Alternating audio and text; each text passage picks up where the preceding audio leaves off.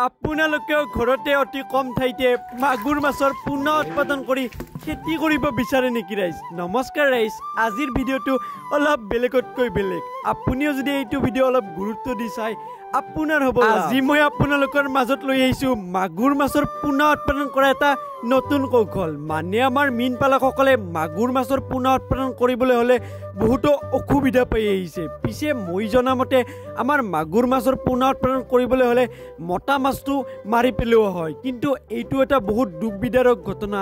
কিন্তু মই ডাঙৰ খুৰা এজন মীন উন্নয়ন বিষয়া, তেওঁৰ নিজস্ব কৌশলেৰে মতা মাগুৰ মাছটো নমৰাকৈ অতি সহজে কৃত্ৰিমভাৱে ঘৰতে অতি কম ঠাইতে মাগুৰ মাছৰ পুনৰ উৎপাদন কৰি আহিছে।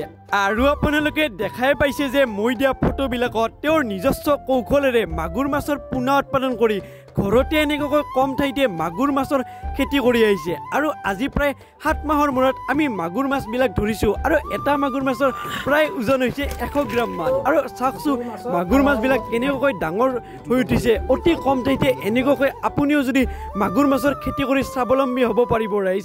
যদি ভিডিঅ'টো চাই ভাল পালে আপুনিও শ্বেয়াৰ কৰিব আৰু নিজেও লাভৱান হ'ব ভিডিঅ'টো চাই। যিমান পাৰে